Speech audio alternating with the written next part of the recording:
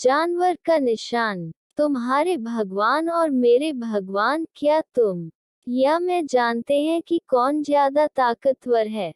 एक देसी कहावत। कुछ का मानना है कि स्वेज के पूर्व में ईश्वर की कृपा का सीधा काबू खत्म हो जाता है। वहां आदमी एशिया के देवताओं और राक्षसों की ताकत के अधीन हो जाता है और किसी किसी अंग्रेज आदमी को कभी कभी इंग्लैंड के चर्च के भगवान की कृपा अपनी सुरक्षा देती है। यह मत भारत में जीवन में होने वाली बेकार की डरावनी बातों के कारण है। इससे मेरी कहानी की व्याख्या हो सकती है। इस मामले में मेरा दोस्त पुलिसकर्मी स्ट्रिकलैंड, जो भारतवासियों के बारे में उतना जानता है जितना जानना अच्छा होता है, तथ्यों का साक्षी हो सकता है। हमारे डॉक्टर डुमो ने भी उतना देखा जितना मैंने और स्ट्रिकलैंड ने देखा। उसने इन प्रभावों से जो निष्कर्ष निकाला वह बिल्कुल गलत था। अब वह मर चुका है, बड़े अजीब ढंग से मरा था। इस बारे में कहीं और लिखा है। फ्लीट जब हिंदुस्तान आया तब उसके पास थोड़ा सा पैसा और हिमालय के निकट धर्मशाला के करीब थोड़ी सी जमीन थी। दोनों जायदादें उसे अपने चाचा से विरासत में मिली थी। वह उन्हीं का इंतजाम करने आया था। वह शरीर से बड़ा और भारी भरकम, खुशमिजाज, किसी से झगड़ा न करने वाला इंसान था। उसकी भारतीयों के बारे में जानकारी बहुत सीमित थी और वह भाषा की परेशानी की शिकायत करता रहता था। वह अपनी पहाड़ी जगह से उस जगह नया साल मनाने के लिए आया था और स्ट्रिकलैंड के साथ ठहरा था। नए साल की पूर्व संध्या को क्लब में बहुत बड़ी दावत थी। रात गीली सी थी। जब लोग राज्य की सीमाओं से इकट्ठा होते हैं तो उन्हें ऊधम मचाने का हक होता है। सरहद से जिंदा पकड़ने वालों की एक टुकड़ी भेजी गई थी जिन्होंने साल भर में 20 गोरे चेहरे भी नहीं देखे थे। उन्हें खाना खाने के लिए 15 मील दूर अगले किले पर जाना पड़ता था। शराब पीने की जगह खैबरी गोली खाने का खतरा होता था। यहाँ के सुरक्षित वातावरण में वे खुश थे। बाग में मिले एक ऐंठे हुए झाव चूहे को लेकर सामूहिक जुआ खेलने की कोशिश कर रहे थे। उनमें से एक निशान लगाने वाले यंत्र को अपने दांतों में दबाकर कमरे में घूम रहा था। दक्षिण से गया आधा दर्जन कृषक एशिया के सबसे बड़े झूठे के साथ, जो उनकी सब कहानियों को दबाने की कोशिश कर रहा था, मस्खरी कर रहे थे। सब यहाँ इकट्ठा थे और पिछले साल में हमारे कितने आदमी मारे गए और कितने लाचार हुए, इसका हिसाब किताब कर रहे थे। वो एक गीली रात थी और मुझे याद है कि हम पोलो चैंपियनशिप के कप में पैर रखकर सितारों के बीच सिर ऊंचा किए पुराने वक्त की प्यारी याद में गीत गा रहे थे और दोस्ती की कस्में खा रहे थे। फिर हम में से कुछ गए और वर्मा को साथ मिला लिया। कुछ सूडान की तरफ गए जहां सूडान के उत्तर पूर्व में स्थित सुकीम के बाहर उनकी वहां के लड़ाके योद्धाओं से मुठभेड़ हुई। कुछ को सितारे मिले, कुछ को पदक, कुछ ने शादी कर ली, जो कि बुरी बात थी, पर कुछ ने इससे भी बुरे काम किए। हम में से कुछ आपस में जुड़े रहे और थोड़े बहुत अनुभवों से पैसा बनाने की कोशिश करते रहे। फ्लीट ने रात की शुरुआत शेरी तथा बिटेज से की। भोजन के अंत में मीठे पर पहुंचने तक वह शैंपेन पीता रहा, फिर कच्ची तीखी कैंप्री जिसमें विस्की जैसी ताकत होती है। इसके बाद कॉफी के साथ बेनेडिक्टीन ली, 4-5 विस्की और सोडा लिए जिससे खेल की बाजी बेहतर हो। 2:30 बजे बियर और बोन्स लिया और फिर ब्रांडी से पीना खत्म किया। जब सुबह 3:30 बजे वह बाहर आया तो 14 डिग्री कोहरा था। वह अपने घोड़े के खांसने से बहुत नाराज हुआ और कूदकर उस पर चढ़ना चाहता था कि घोड़ा भागकर अपनी घुड़साल में चला गया। अब मुझे और स्ट्रिकलैंड को उसे घर ले जाने की परेशानी उठानी पड़ी। हमारी सड़क बाजार के बीच से एक छोटे से हनुमान मंदिर के पास से जाती थी। देवताओं में उनकी बड़ी इज्जत है। हर देवता में कुछ विशेषताएं होती हैं और हर पुजारी में भी मैं व्यक्तिगत तौर पर हनुमान को बहुत महत्व देता हूँ और उनकी जाति अर्थात पहाड़ों के बंदरों के प्रति दयालु हूँ। कौन जाने कब दोस्त की जरूरत पड़ जाए। जब हम मंदिर के पास से निकले तब मंदिर में रोशनी थी और कुछ लोग भजन गा रहे थे। एक देसी मंदिर में पुजारी को रात के किसी भी वक्त भगवान के लिए उठना पड़ता है। इससे पहले कि हम रोके फ्लीट सीढ़ियां चढ़कर गया। दो पुजारियों की पीठ थपथपाए और बड़ी गंभीरता से सिगार के टुकड़े की राख लाल पत्थर की हनुमान की मूर्ति के माथे पर रगड़ दी। स्ट्रिकलैंड ने उसे खींचकर हटाने की कोशिश की, पर वह बैठ गया और गंभीरता से बोला, वह देख रहे हो, जानवर का निशान मैंने बनाया है, अच्छा नहीं है। आधे मिनट में शोर मच गया। स्ट्रिकलैंड जानता था कि देवताओं को भ्रष्ट करने से क्या होता है, अतः बोला कि अब कुछ होगा। उस प्रदेश में काफी पुराना अधिकारी होने के नाते, आसपास के लोगों से मिलने की कमजोरी होने के नाते, पुजारी को जानने की वजह से उसे बहुत बुरा लग रहा था। फ्लीट जमीन पर बैठा था और हिलने को राजी नहीं था। वह बोला, अच्छे हनुमान का तकिया बड़ा नर्म बनता है। उद्धरण चिन्ह। तभी बिना चेतावनी के देवता की मूर्ति के पीछे से एक चांदी जैसा सफेद आदमी निकला। इस तेज ठंड में भी वह पूरी तरह नंगा था। उसका शरीर जमी हुई चांदी जैसा चमक रहा था। वह बाइबल में वर्णित एक कोढ़ी ऐसा सफेद जैसी बर्फ जैसा था। कई सालों से बुरी तरह कोढ़ होने के कारण उसका चेहरा नहीं रहा था। हम दोनों झुके कि फ्लीट को उठा लें। मंदिर में ऐसी भीड़ होती जा रही थी जैसे इंसान जमीन में से निकल रहे हों।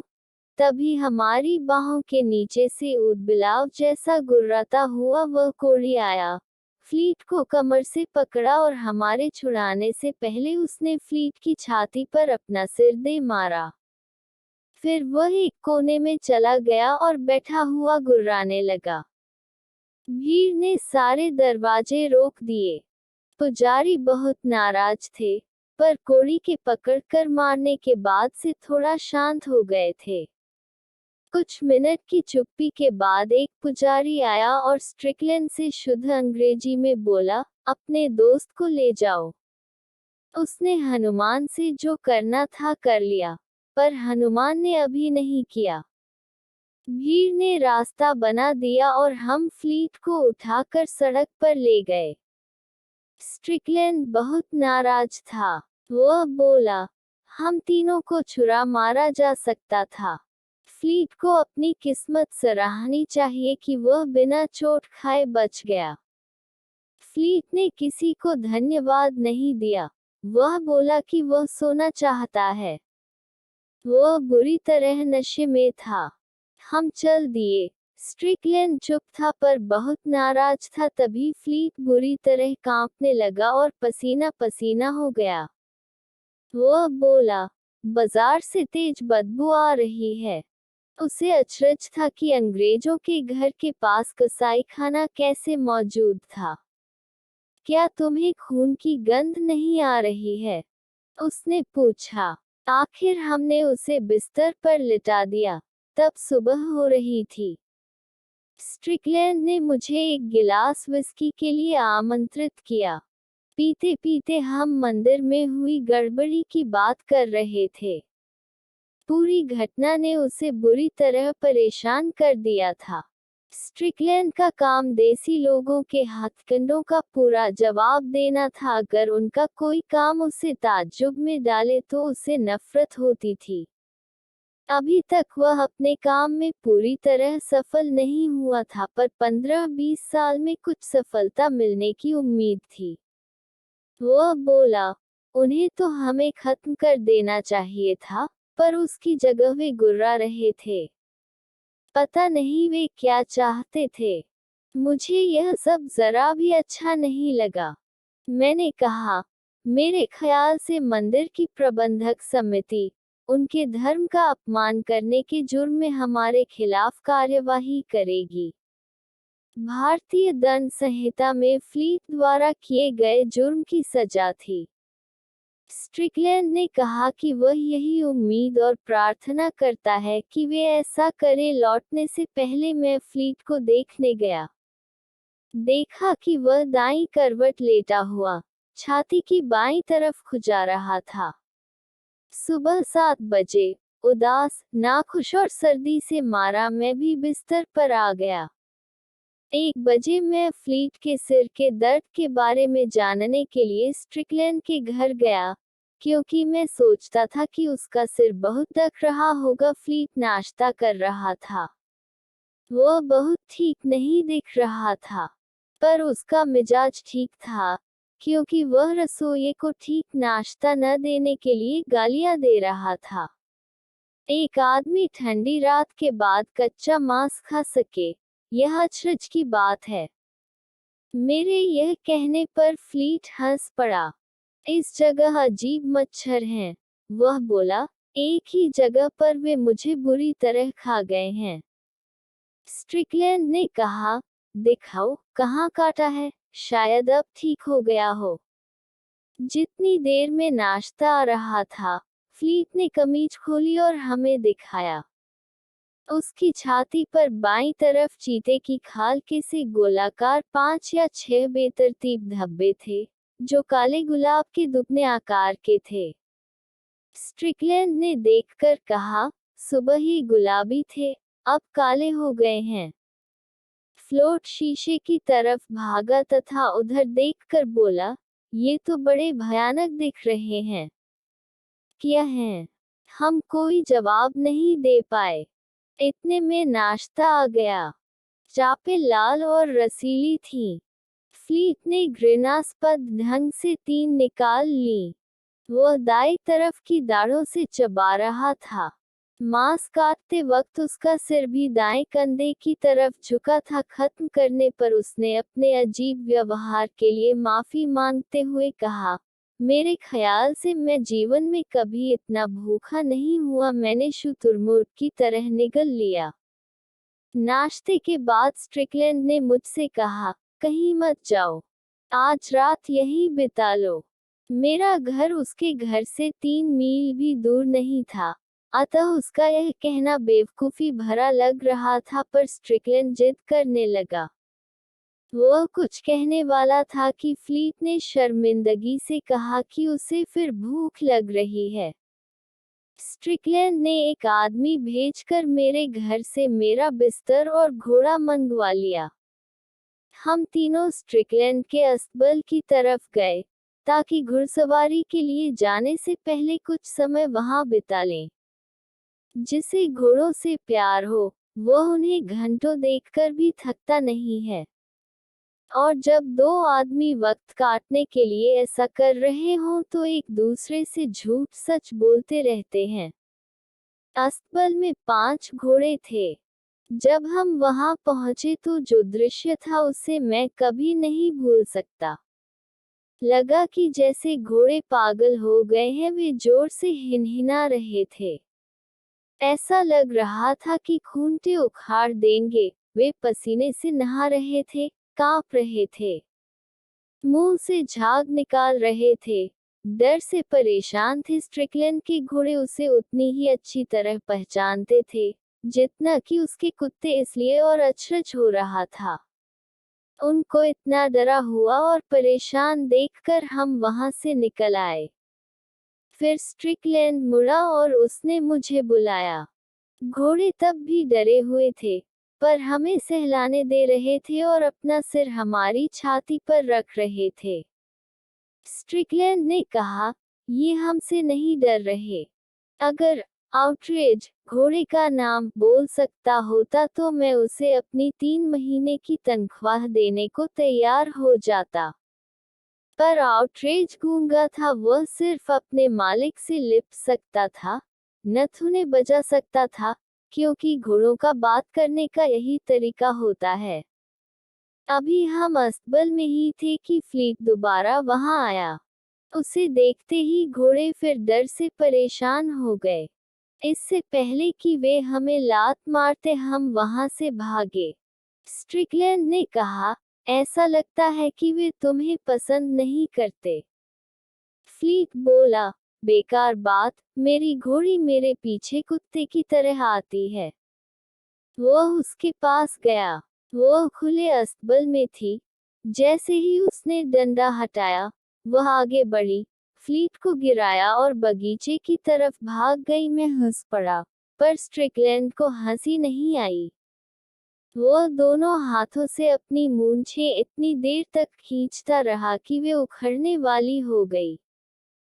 फ्लीट अपनी घोड़ी को पकड़ने जाने की जगह उबासी लेकर बोला कि उसे नींद आ रही थी। वह घर गया और लेट गया।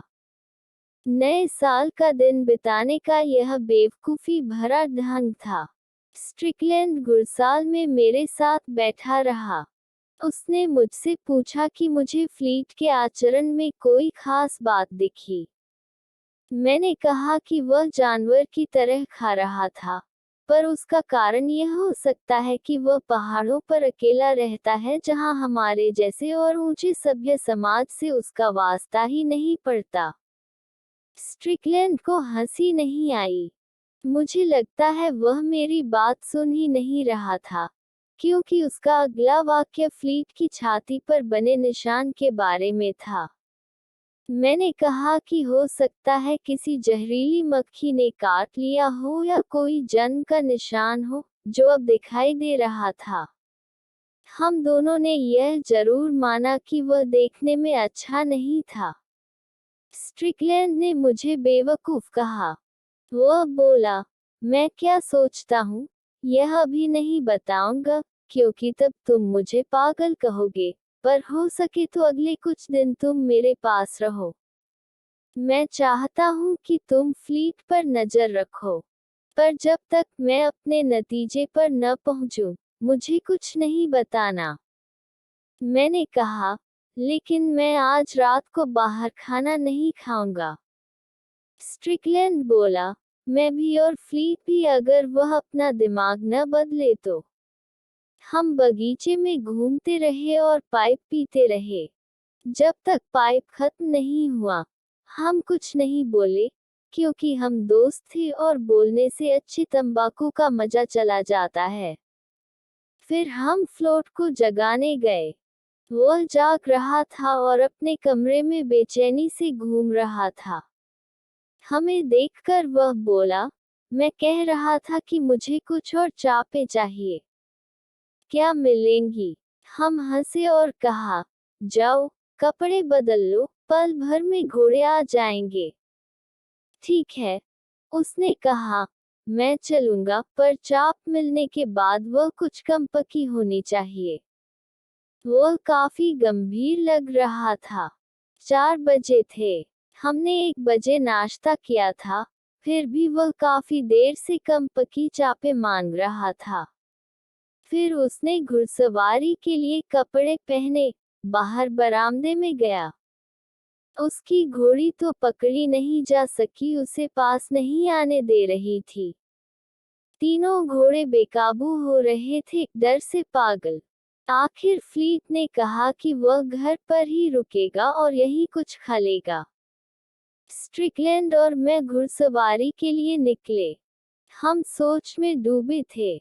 जैसे ही हम हनुमान मंदिर के पास से निकले, वह सफेद आदमी आया और हम पर म्याऊं म्याऊं करने लगा। स्ट्रिकलैंड ने कहा कि वह मंदिर के पुराने पुजारियों में से नहीं है। मेरा मन करता है कि यह मेरे हाथ लग जाए। उद्धरण चिन्ह। उस शाम हमारा घुड़सवारी में कोई उत्साह नहीं था। घोड़े भी बिना उत्साह के ऐसे चल रहे थे जैसे पहले चलने से थके हों। स्ट्रिकलैंड बोला, नाश्ते के बाद का झटका इनके लिए बहुत हो गया। बाकी का पूरा रास्ता वह कुछ नहीं बोला। मेरे ख्याल से 1-2 कसम खाई होगी, पर वह बातों की गिनती में नहीं होगा। 7 बजे अंधेरा होने पर हम लौट आए तो देखा कि बंगले में कोई बत्ती नहीं जल रही थी। स्ट्रिकलैंड ने कहा, मेरे नौकर बड़े बदमाश और लापरवाह हैं। मेरा घोड़ा पगडंडी पर हिनहिनाया। फ्लीट आकर ठीक उसकी नाक के नीचे खड़ा हो गया। स्ट्रिकलैंड ने पूछा, तुम यहाँ बगीचे में क्या कर रहे हो? इतने में ही दोनों घोड़े ऐसे भागे कि हमें गिरा ही देते। अस्तबल के पास हम उतरे और वापस फ्लीट के पास आए, जो घुटनों और हाथों के बल संतरे के झाड़ के नीचे खड़ा था। स्ट्रिकलैंड बोला, तुम्हें क्या हुआ है? फ्लीट ने जल्दी जल्दी भारी आवाज में जवाब दिया, कुछ नहीं, तुम जानते हो मैं बागवानी कर रहा था। मिट्टी की खुशबू बहुत अच्छी आ रही है। मेरे ख्याल से मैं सारी रात लंबी सैर करने जाऊंगा। तब मुझे लगा, कहीं बहुत गड़बड़ है। मैंने स्ट्रिकलैंड से कहा, मैं बाहर खाना खाने नहीं जाऊंगा। स्ट्रिकलैंड ने फ्लीट से कहा, उठो, तुम्हें बुखार आ जाएगा। अंदर चलो, खाना खाएंगे, रोशनी करेंगे। हम सब घर पर ही खाएंगे। फ्लीट बेमन से उठा और बोला, लैंप नहीं। यहाँ ज्यादा अच्छा है। हम बाहर बैठकर खाते हैं कुछ और चाय ढेर सारी और कम पकी हुई लाल और कुरकुरी। उद्धरण चिन्ह। उत्तरी भारत में दिसंबर के महीने में काफी ठंड होती है। फ्लीट का सुझाव एक पागल का सुझाव था। स्ट्रिकलैंड ने सख्ती से कहा, अंदर आओ, फौरन अंदर आओ। फ्लीट अंदर आया। लैंप आने पर हमने देखा कि वह सिर से पैर तक मिट्टी और गंदगी से लथपथ था। वह शायद बगीचे में कलाबाजियां खा रहा था। रोशनी आते ही वह सिमट उठा और अपने कमरे में चला गया। उसकी आंखें भयानक लग रही थी। उनमें कुछ नहीं था, पर उनके पीछे हरी रोशनी थी। उसका नीचे का होंठ लटका हुआ था। स्ट्रिकलैंड ने कहा, आज रात को भयानक परेशानी आने वाली है। तुम कपड़े मत बदलना। हमने खाना मंगवाया और फ्लीट के आने का इंतजार करते रहे। वह अपने कमरे में चक्कर लगा रहा था, पर उसने बत्ती नहीं जलाई थी। तभी कमरे से भेड़िए की लंबी रोने की आवाज आई।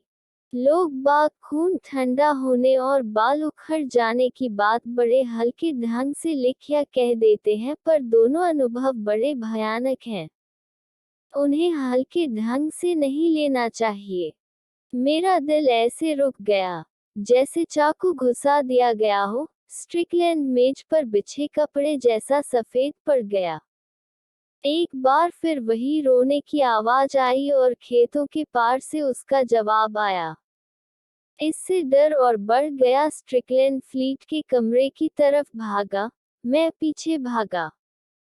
हमने देखा फ्लीट खिड़की से बाहर निकल रहा था। उसके गले से जानवरों की सी आवाज निकल रही थी। जब हम उस पर चिल्लाए तो वह जवाब नहीं दे पाया। उसने थूका।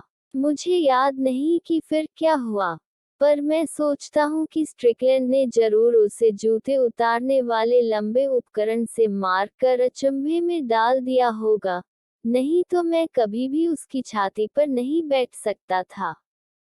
फ्लीट कुछ बोल नहीं पा रहा था, सिर्फ गुर्रा रहा था। उसकी गुर्राहट भेड़िए जैसी थी, इंसान जैसी नहीं। उसके अंदर का आदमी शायद सारा दिन लड़ने के बाद मर गया होगा। अब हमारा वास्ता उस जानवर से था, जो कभी फ्लीट था। पूरी घटना किसी इंसान के विवेकपूर्ण अनुभव से परे थी। मैं इसे हाइड्रोफोबिया, पागल कुत्ते के काटने की बीमारी कहना चाहता था, पर शब्द मेरे गले से नहीं निकल रहा था, क्योंकि मैं जानता था कि वह झूठ है। हमने इस जानवर को पंखे की चमड़े की रस्सी से बांधा और उसके हाथ के अंगूठे और पैर के अंगूठे को साथ साथ बांध दिया। जूते पहनने के हॉर्न को मुंह में फंसा दिया। अगर उसे लगाना जानते हो तो वह बहुत असरदार होता है। फिर हम उसे खाने वाले कमरे में ले गए और एक आदमी को डुमो डॉक्टर के पास भेजा और कहा कि वे फौरन आ जाएं। आदमी के जाने के बाद हमने सांस ली। तब स्ट्रिकलैंड बोला, उससे कुछ नहीं होगा, यह डॉक्टर के वश का काम नहीं है। मैं जानता था कि वह ठीक कह रहा था। जानवर का सिर आजाद था। वह उसे इधर उधर फेंक रहा था।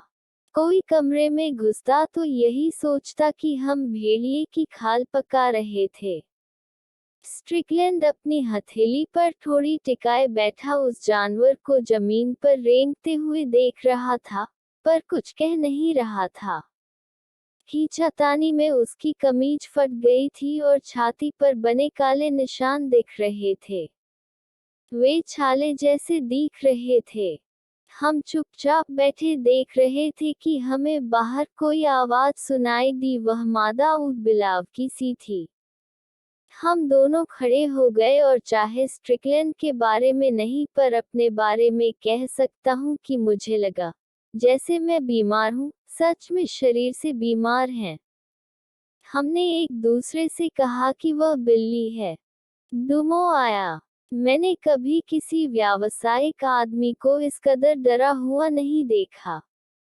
उसने कहा कि यह तो हाइड्रोफोबिया का दिल दहलाने वाला केस है। इसमें अब कुछ नहीं किया जा सकता। शांति देने वाले उपायों से उसकी तकलीफ और लंबी होगी। जानवर के मुंह से झाग निकल रहा था। हमने डुमो को बताया कि फ्लीट को 1-2 बार कुत्ते ने काटा था। कोई भी आदमी जो कुत्ते पालता है, कभी कभी उनके द्वारा काटा भी जाता है। डुमो कोई मदद नहीं कर सका सिवाय इसके कि वह यह प्रमाण पत्र दे सकता था कि फ्लीट कुत्ते के कांटे से मर रहा था। तब तक जानवर शू हॉर्न जूता पहनने का छोटा सा उपकरण थूकने में कामयाब होकर अब गुर्रा रहा था। डुमो ने कहा अंत्य था और वह उसका कारण प्रमाणित करने को तैयार था। वह अच्छा आदमी था और हमारे साथ रुकने को राजी था, पर स्ट्रिकलैंड ने इससे इनकार कर दिया। वह उसका नए साल का दिन खराब नहीं करना चाहता था। उसने सिर्फ इतना कहा कि फ्लीट की मृत्यु का असली कारण लोगों को न बताया जाए। परेशान डुमो लौट गया। जैसे ही उसकी गाड़ी के पहियों की आवाज खत्म हुई, स्ट्रिकलैंड ने फुसफुसाते हुए मुझे अपने मन का शक बताया। पर उसे यह खुद ही इतना अविश्वसनीय लग रहा था कि वह इस बारे में जोर से बोल भी नहीं पा रहा था। मैं जो स्ट्रिकलैंड के हर विश्वास को मानता था, इसे मानने पर इतना शर्मिंदा था कि अविश्वास का दिखावा कर रहा था। अगर कोड़ी ने फ्लीट को हनुमान की मूर्ति भ्रष्ट करने के लिए जादू किया भी है तो इतनी जल्दी दंड कैसे मिला? जब मैं यह फुसफुसा रहा था तभी घर के बाहर से फिर आवाज आई और वह जानवर नए सिरे से ताकत लगाने लगा। हमें डर था कि कहीं वह चमड़े के पट्टे को तोड़ न डाले। देखो, स्ट्रिकलैंड बोला, अगर ऐसा इस बार हुआ तो मैं कानून अपने हाथ में ले लूंगा। मैं तुम्हें हुक्म देता हूँ कि तुम्हें मेरी मदद करनी होगी। वह अपने कमरे में गया और कुछ ही मिनट बाद एक पुरानी शॉटगन की नली, मछली पकड़ने वाले कांटे का टुकड़ा, एक मोटी रस्सी और पलंग के लकड़ी के भारी पाए लेकर आया।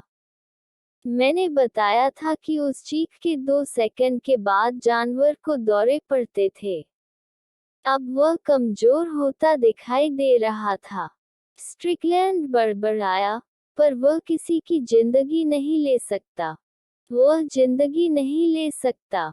जानते हुए भी कि मैं अपने विश्वास के खिलाफ बोल रहा था, मैंने कहा, वह बिल्ली हो सकती है। वह बिल्ली ही होगी। अगर वह कोड़ी जिम्मेदार होता तो यहाँ आने की हिम्मत कैसे करता? स्ट्रिकलैंड ने लकड़ी के चूल्हे में रखी बंदूक की नली आग की लौ पर रखी, मेज पर रस्सी फैलाए और एक बेत के 2 टुकड़े किए। मछली पकड़ने वाली डंडी 1 गज की थी। आगे तार लगा था, जैसा मछली पकड़ने में होता है। उसने दोनों सिरे इकट्ठे बांधकर एक फंदा बनाया। फिर वह बोला, हम उसे कैसे पकड़ें? उसे जिंदा और सही सलामत पकड़ना है। मैंने कहा, हमें नियति पर विश्वास करना होगा। पोलो खेलने वाली लकड़ी लेकर धीरे से घर के सामने वाले झाड़ में जाना होगा। चीखने वाला आदमी या जानवर बार बार घर के चारों तरफ ऐसे चक्कर काट रहा है जैसे चौकीदार हो। हम झाड़ियों में इंतजार करते रहेंगे और पास आने पर उस पर झपट पड़ेंगे। स्ट्रिकलैंड ने सुझाव मान लिया। हम गुस्लखाने की खिड़की से आगे वाले बरामदे में होते हुए पगडंडी पर उतरकर झाड़ियों में चले गए। चांदनी में हमें वह कोढ़ी घर के कोने से आता दिखाई दिया। वह बिल्कुल नंगा था, बीच बीच में गुर्राता था और रुककर अपनी परछाई के साथ नाचता था। वह बड़ा भद्दा दृश्य था और यह सोचकर कि इस बुरे आदमी ने फ्लीट की क्या हालत बना दी है, मैंने अपने सब शक छोड़कर स्ट्रिकलैंड की मदद करने का निश्चय किया और तय किया कि गर्म की हुई बंदूक की नली से लेकर फंदा बनी रस्सी जांच से सिर तक वापस ले जाने जरूरत पड़ने पर किसी भी तरह की यंत्रणा देने में पीछे नहीं हटूंगा। जैसे ही कोड़ी पल भर को हमारे सामने रुका, हम छड़ी लेकर उस पर कूद पड़े। वह बहुत ताकतवर था और हमें डर था कि हमारे पकड़ने से पहले भाग न जाए या घायल न हो जाए। हमारा यह ख्याल कि कोड़ी कमजोर होते हैं गलत निकला। स्ट्रिकलैंड ने उसकी टांगों में धक्का मारा और मैंने उसके गले पर पैर रख दिया। वह बुरी तरह गुर्राने लगा। अपने घुड़सवारी के जूतों के नीचे से मैं भी महसूस कर रहा था कि उसकी खाल स्वस्थ आदमी की खाल नहीं है। वह अपने हाथ पैर के ठूंठों से हमें मारने की कोशिश कर रहा था। हमने कुत्ते की रस्सी उसकी बगलों के नीचे से डालकर उसे फंदे में बांध लिया था। फिर उल्टा घसीटते हुए हॉल से होते हुए उसे खाने वाले कमरे में ले गए, जहां वह जानवर पड़ा था। वहां हमने उसे बक्से के कुंडे से बांध दिया। उसने छूटने की कोशिश नहीं की, पर गुर्राता रहा। जब हम कोड़ी को जानवर के सामने ले गए, उस समय के दृश्य का वर्णन नहीं किया जा सकता। जानवर धनुष की तरह पीछे दोहरा हो गया, जैसे किसी ने उसे जहर दे दिया हो, और दर्दनाक ढंग से कराहने लगा। फिर बहुत कुछ हुआ जो मैं यहाँ लिख नहीं सकता। मेरे ख्याल से मैं सही था, स्ट्रिकलैंड बोला। अब हम उससे इसे ठीक करने को कहेंगे। कोड़ी केवल गुर्रा रहा था। स्ट्रिकलैंड ने अपने हाथ पर एक तौलिया लपेटा और आग से बंदूक की नली निकाली।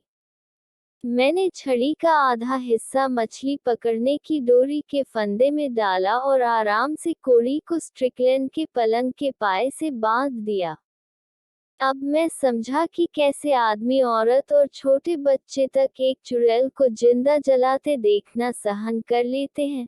जानवर जमीन पर कराह रहा था।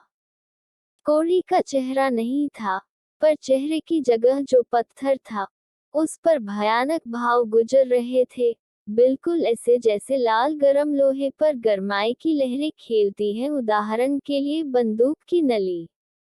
स्ट्रिकलैंड ने पल भर के लिए अपनी आंखों पर हाथों से छाया की और हम काम में लग गए। यह किस्सा छापने के लिए नहीं है।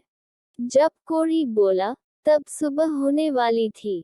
उस वक्त तक वह गुर्रा रहा था, जिससे हमें कोई तसल्ली नहीं मिल रही थी। जानवर थककर बेहोश हो गया था। घर में सन्नाटा था। हमने कोड़ी को खोला और उससे कहा कि वह बुरी आत्मा को ले जाए। वह रेंग कर जानवर तक गया। उसने अपना हाथ उसकी छाती पर बाईं तरफ रखा। बस इतना ही। फिर वह मुंह के बाहर गिर गया और सांस अंदर खींचते हुए रोने लगा। हम जानवर का चेहरा देख रहे थे और देखते देखते उसकी आंखों में फ्लीट की आत्मा लौट आई। फिर माथे पर पसीना आ गया और उसने इंसानी आंखें बंद कर ली। हमने 1 घंटा इंतजार किया, पर फिर भी फ्लीट सोता रहा। हम उसे उसके कमरे में ले गए और कोड़ी से जाने को कहा। उसे पलंग का पाया, चादर, जिससे वह अपने नंगेपन को ढक सके, दस्ताने और तौलिया, जिनसे हमने उसे छुआ था, और वह चाबुक, जो उसके बदन के चारों तरफ लपेटी हुई थी, दे दी। उसने चादर से अपने को लपेटा और बहुत सुबह बिना बोले, बिना गुर्राए चला गया। स्ट्रिकलैंड ने अपना मुंह पोंछा और बैठ गया। दूर शहर में घंटा बजा 7 बजे थे। स्ट्रिकलैंड ने कहा, पूरे 24 घंटे मैंने नौकरी से निकाले जाने और हमेशा के लिए पागलखाने भेजे जाने लायक काफी कुछ किया है।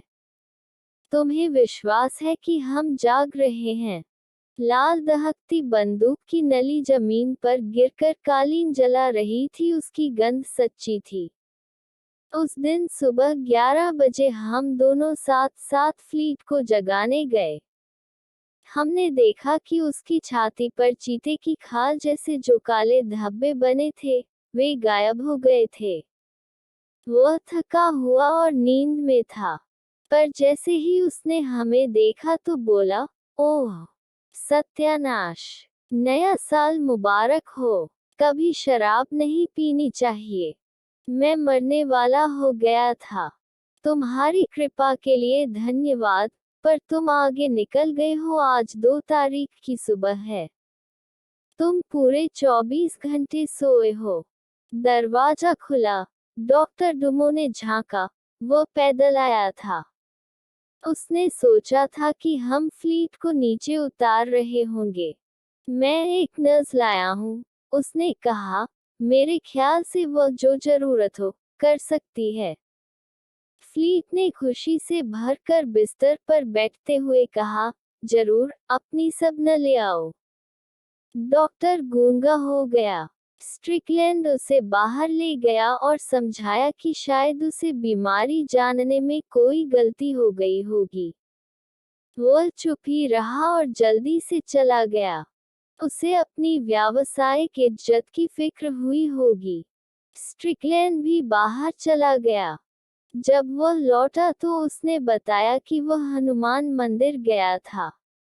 उसने देवता को भ्रष्ट करने का हर्जाना देने को कहा और बताया कि कभी किसी गोरे आदमी ने मूर्ति को नहीं छुआ, और यह भी कि वह आदमी सारे गुणों से भरा है, पर वह किसी धोखे में पड़ गया।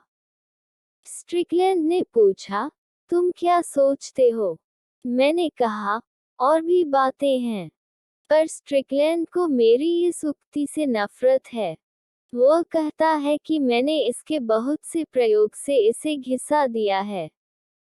एक और अजीब बात हुई, जिसने उस रात को हुई सारी घटनाओं जितना ही मुझे डराया। जब फ्लीट कपड़े पहनकर खाने वाले कमरे में आया तो सूंघने लगा। सूंघते समय वह अपनी नाक अजीब ढंग से हिलाता था। यहाँ कुत्ते की भयानक गंध है। तुम्हें अपने इन कुत्तों को बेहतर ढंग से रखना चाहिए। स्ट्रिक, गंधक का प्रयोग करके देखो। स्ट्रिकलैंड ने कोई जवाब नहीं दिया। उसने कुर्सी का पीछे का हिस्सा पकड़ा और अचानक बिना किसी चेतावनी के हिस्टीरिया के आश्चर्यजनक दौरे से ग्रस्त हो गया। एक ताकतवर आदमी को इस तरह के दौरे के काबू में देखकर बहुत बुरा लगता है। फिर भी मुझे याद आया कि इसी कमरे में हमने फ्लीट की आत्मा को छुड़ाने के लिए कोड़ी से लड़ाई की थी। हमने अंग्रेजों को हमेशा के लिए बदनाम कर दिया था। याद आते ही मैं भी स्ट्रिकलैंड की तरह शर्मनाक ढंग से हंसते हंसते हौफने और गुर्राने लगा। फ्लीट ने सोचा, हम दोनों पागल हो गए हैं। हमने उसे कभी नहीं बताया कि हमने क्या किया था। कुछ साल बाद स्ट्रिकलैंड ने शादी कर ली और पत्नी के प्रभाव में समाज की चर्चा में आने वाला सदस्य बन गया। हमने इस पूरी घटना के बारे में तटस्थता से सोचा और स्ट्रिकलैंड को लगा कि मुझे यह घटना जनता के सामने लानी चाहिए। मैं नहीं जानता कि इस कदम के उठाने से रहस्य की गुत्थी सुलझेगी, क्योंकि पहली बात तो यह है कि कोई इस अरुचिकर कहानी पर विश्वास ही नहीं करेगा, और दूसरे हर बुद्धिमान व्यक्ति को पता है कि मूर्तिपूजकों के भगवान पत्थर और पीतल के होते हैं। उनके साथ दुर्व्यवहार करने की कोशिश को निश्चित रूप से निंदनीय माना जाता है।